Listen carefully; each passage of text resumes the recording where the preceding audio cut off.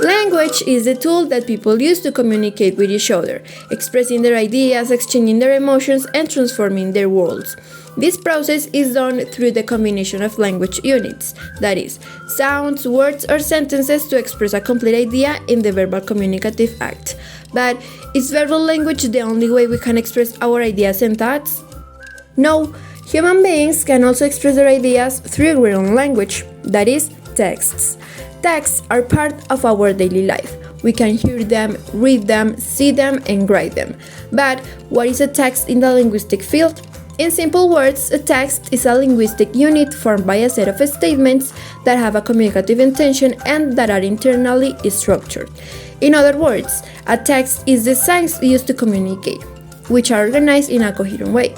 In the same way, as Bernardes states, a text is the fundamental communicative linguistic unit, product of human verbal activity which has a social character.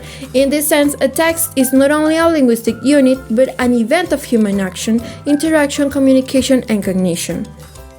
Now, we can see or hear a message, but if we don't know the reason for that message, we wouldn't understand the communicative objective of language. So, here the context is necessary to understand the information.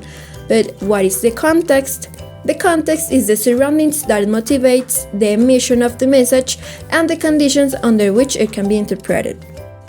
And is there a difference between the text and the context? Yes, the difference is that the text is the written communicative act, and the context is the frame of reference of the text.